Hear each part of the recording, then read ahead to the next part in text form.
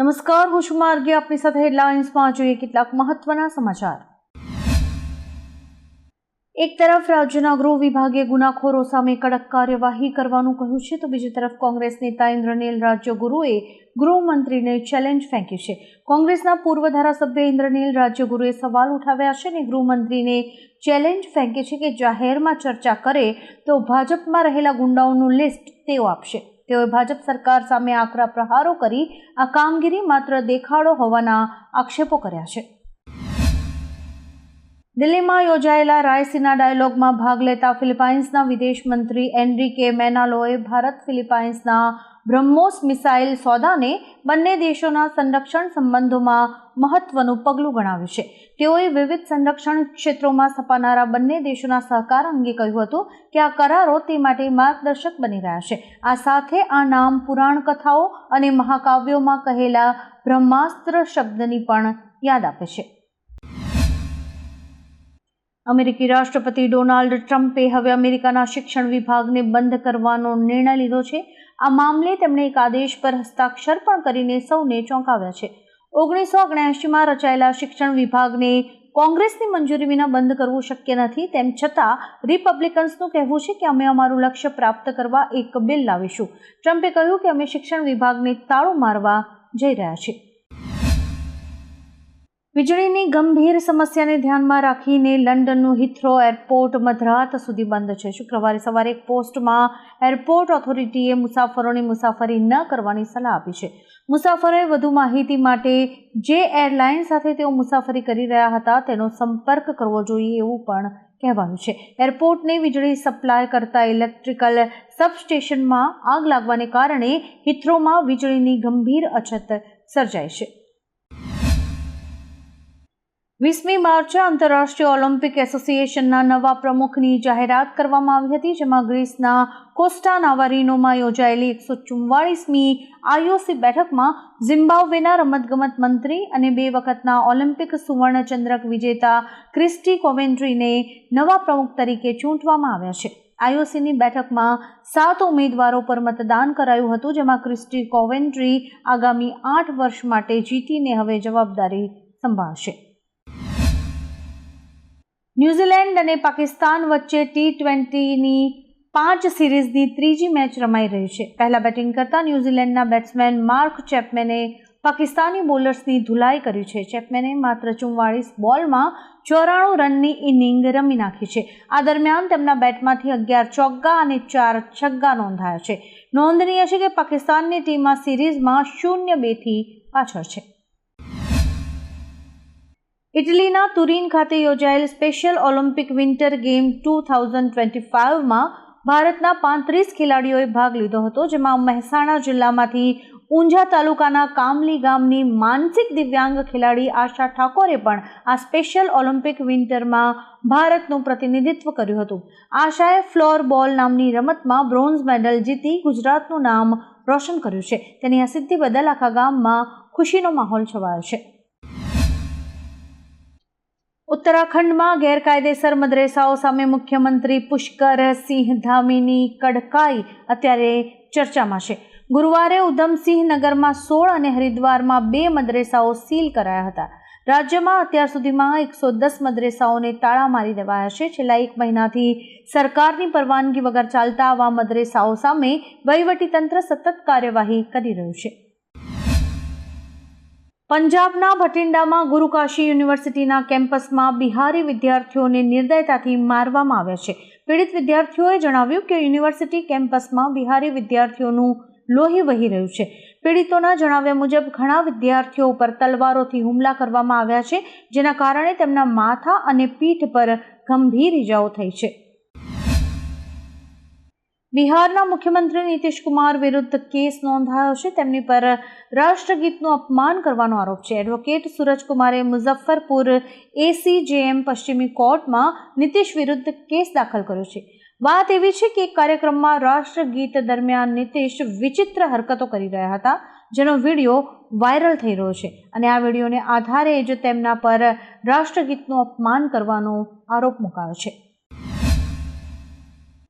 ઇન્ડોનેશિયાનો mount લેવોટોબી જ્વાળામુખી સક્રિય થતાં ભયાનક વિસ્ફોટ થયો છે. વિસ્ફોટ 11 મિનિટ સુધી ચાલ્યો હતો, જેની રાખ અને ધુમાડો હવામાં 8 કિલોમીટર સુધી ઊંચે ઉછળ્યા હતા. ઘટનાને લઈને તંત્ર એલર્ટ થયું છે અને મોટાભાગની ફ્લાઇટ્સ રદ કરવાની ફરજ પડી છે. બાલીથી ઓસ્ટ્રેલિયા અને મલેશિયા જનારી 7 આંતરરાષ્ટ્રીય ઉડ્ડયન રદ કરાયા છે.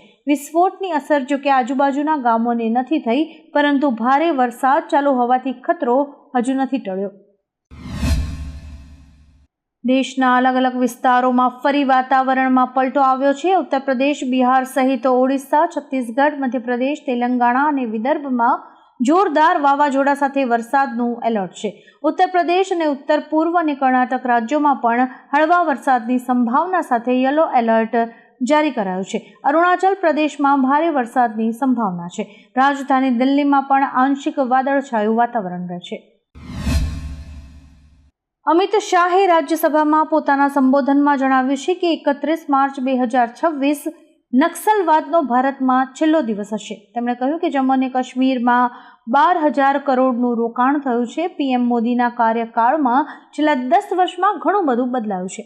પૂર્વોત્તરમાં આતંકવાદ, નક્સલવાદ અને બળવાખોરીને આપણી પાછલી સરકારે વારસા તરીકે સોંપી હતી, જે એક દુખાવો બન્યો છે.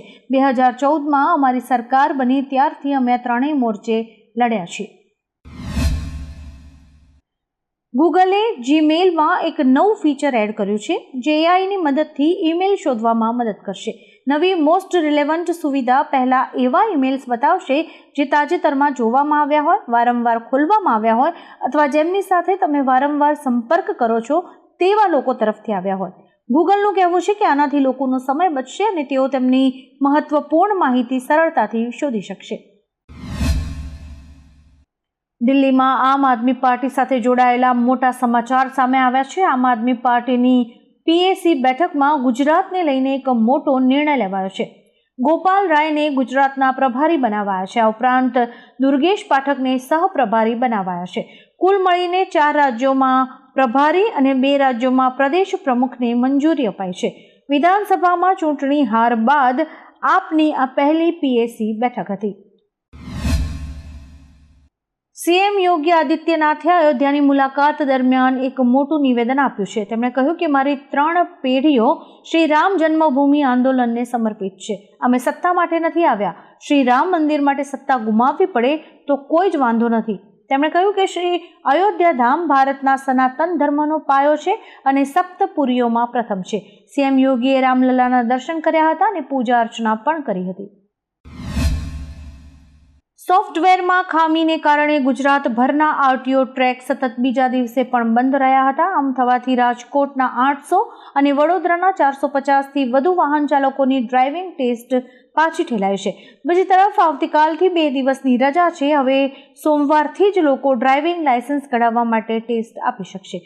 રાજકોટ આરટીઓ અધિકારી કેતન ખપેડેએ જણાવ્યું હતું કે સોમવારથી ડ્રાઇવિંગ ટેસ્ટ રાબેતા મુજબ શરૂ થશે. ગોંડલમાં પાટીદાર સમાજના એક યુવકને મારવાનો મામલો ગરમાયો છે. ઇજાગ્રસ્ત પાટીદાર યુવાનને જયેશ રાદડિયા મળવા પહોંચ્યા હતા. ભાજપના પ્રદેશ ઉપાધ્યક્ષ ભરત બોઘરા પણ ઇજાગ્રસ્ત પાટીદાર યુવાનને મળવા પહોંચ્યા હતા. અત્યારે ઇજાગ્રસ્ત યુવાનની સારવાર ચાલી રહી છે. પટેલ સમાજે આ સંદર્ભે આવતીકાલે ગોંડલ બંધનું એલાન પણ આપ્યું છે. લોકોની એવી માંગણી છે કે આરોપીઓનું સરઘસ કાઢવામાં આવે. આ વર્ષે પ્રતિકૂળ વાતાવરણને કારણે વલસાડમાં કેરીના પાકને નુકસાન થયું છે. વલસાડ ડાંગના સાંસદ ધવલ પટેલે આજે ગુજરાત સરકારના કૃષિમંત્રી રાઘવજી પટેલને રજૂઆત કરી છે કે ખેડૂતોને વળતર આપવામાં આવે.